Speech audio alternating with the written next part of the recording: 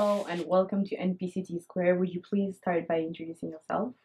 My name is Allan André. Okay. They call me Art Life André.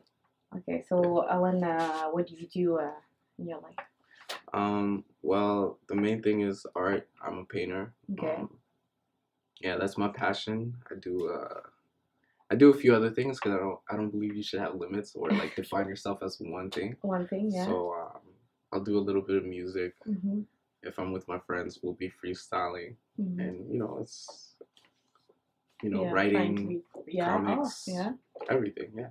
Okay, but your main focus is on paintings, right?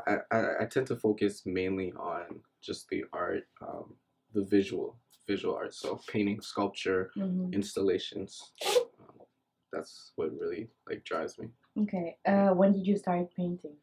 I started painting as like before I could even remember. I started drawing. Yeah. My older sister used to draw. I used to watch her. I used to ask her to draw Ninja Turtles and all these cartoons. And then eventually she got tired of it. She was like, all right, it's your turn. Yeah. Do your own thing. So then I started drawing and painting for myself. So, yeah. What inspires you in all your work? Like, what inspires me?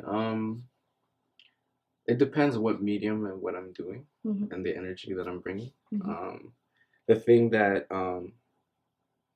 I think it comes from a need to have to be moving or have to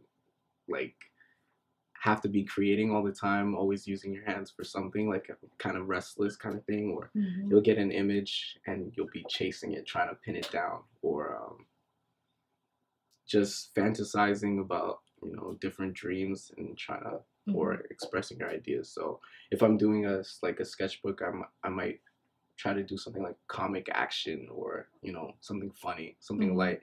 A larger painting, I'm thinking deeper. I'm gonna invest more time into it, so I'm probably gonna be like philosophizing about whatever. But yeah. So. Yeah. Do you have people or artists that inspires you?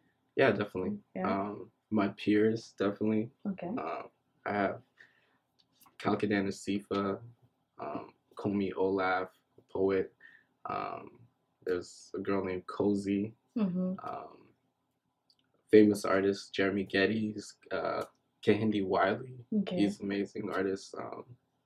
And they all bring something. I think they have artwork that really reflects like humanity, trying to empower people in their artwork. Okay. Yeah. Okay, so do you always work alone, or you sometimes collaborate with other artists? Actually, I love collaborating with other artists. Okay. Yeah, definitely. I don't think you should. Artists tend to be like alone in their studio, like a mad scientist. Like, okay, I'm trying to. But I think it's really important to try to reach out to other people because you end up creating something that you would never be able to come up with yourself. So, with those different energies, there's like a different dynamic, and you end up challenging yourself in different ways. Okay. Yeah. So, in all the pieces of art you have, what has been your greatest achievement, or the piece of art that you really like the most? I really like. Yeah. Or something you've been working on lately maybe. I think it's always a project that I'm working on. Okay. Because it's like you'll look back at other pieces and you'll have your favorites, but then the piece that you're working on currently, you're trying to beat all the ones that you did before. So, and which is like after a while it becomes a lot of pressure because like if you think like one of your older pieces is really great, now you're like, okay, like how do I beat that? How do I beat that? So you're kind of like competing with yourself. Okay, yeah, I see. Where do you see yourself in 5 years? In 5 years? Yeah. Oh, that's a good question. In 5 years, I hope to be able to move at the same speed as my creativity without any hindrance. Maybe working with other people, other artists. I'd like to there's projects that I'm working on, like a comic book, a graphic novel. I'd like to finish that eventually. I'd like to be in probably a museum. I have other dreams, but I don't know if it's too big to say them out loud right now. Yeah. Yeah, I like to have just be able to share more of my work with more people. Okay. Yeah. Do you have any kind of, should I say, maybe a theme that you love working on when you do your paintings? Yeah, there's like I like people. Mm-hmm. You find them in my work. I love people. I love working with people, especially with the live paintings. Okay. That brings me into the realm of people. Mm-hmm. I'm instead of inside of my studio, I'm like outside and meeting people. I'm painting Mm-hmm. in front of them, so they get to kind of learn like through watching me a little bit. Mm-hmm. One of the things that really like I've been trying to tackle is trying to make like the invisible interactions, Mm-hmm. the Wow. invisible laws that govern our interactions, Okay. visible through art. Oh, I don't know if nice. that makes sense, but like, Yeah.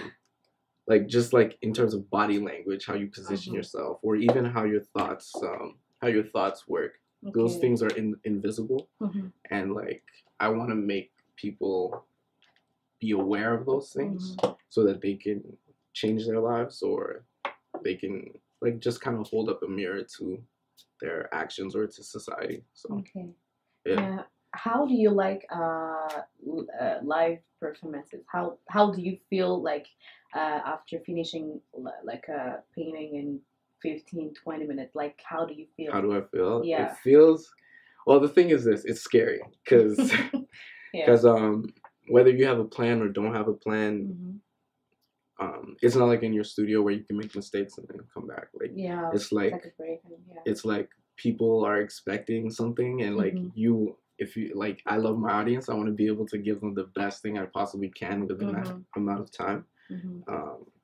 But it's great because you get feedback the whole time you're doing it. People are like, okay, they're encouraging you, and you feel the pressure. Like, okay, like I don't want to mess up. Yeah. Like so I and have so's, to do this. yeah, so and so's watching me. You know, there's a pretty girl over there. There's somebody over here. All right, like I have to go in. So it actually makes you better. Okay. For how long have you been doing the live performance? Yeah.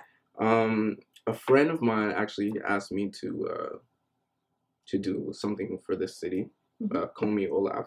Okay. And then another friend asked me to do something for the Muslim Student Association. Okay. His name is Ahmed, and that was like my first like live, like in 10 minutes, do more thing, and it was really funny. It was a stressed, eh? What's that? For the first time? I was like so nervous, like nothing was working out. Actually, nothing was working out. I didn't even at that time.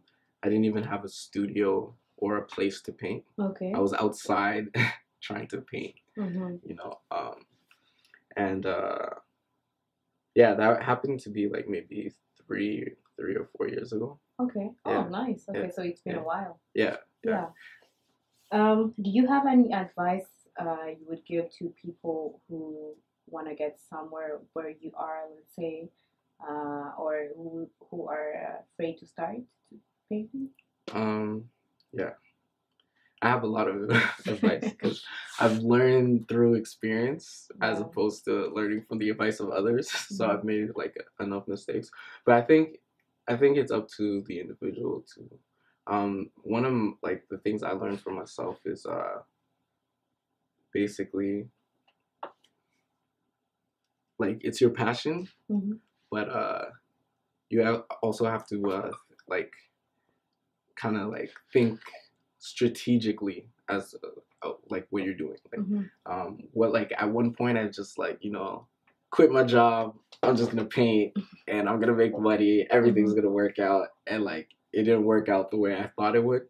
So just to think more strategically, like I'd be like, okay, find time to paint, and then like once you start making a little bit of money or whatever painting, then you can like reduce your hours, and you know, as you come up, then you can leave whatever you're doing, that kind of thing. I think that's one of the pieces of advice, but also to like trust your intuition. Like, you know, a lot of like you'll have a idea, and if it's like a burning desire, you have to kind of like follow it, because if you don't, it's like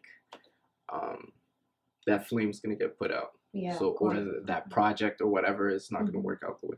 Mm-hmm. The best thing is like once you get the idea, start immediately. And you know, other people will be talking in your ears saying like, okay, like why are you doing this? Why are you adding more people? The painting's already done. But you kind of have to just do what your heart is telling you, so that you don't end up with like regrets. You know? Okay. Yeah. Yeah. Okay. All right. Thank you for having us, and Yeah. we wish you good luck. Yeah. Thanks. The invisible structures that govern our lives. So I'm thinking about it's for Black History Month, and I'm thinking about how as a minority, society has certain expectations of you, and it kind of puts you in a box. Okay. So it's quite a literal interpretation of that. Like this is a person that's trapped within those expectations. So he's when it's complete, it's gonna be like he's trapped in a box, and it's almost like a web. So all these negative thoughts or even stereotypes that you know, the first time you hear about a stereotype, you know, it's kind of weird, but then eventually it becomes true if it's repeated.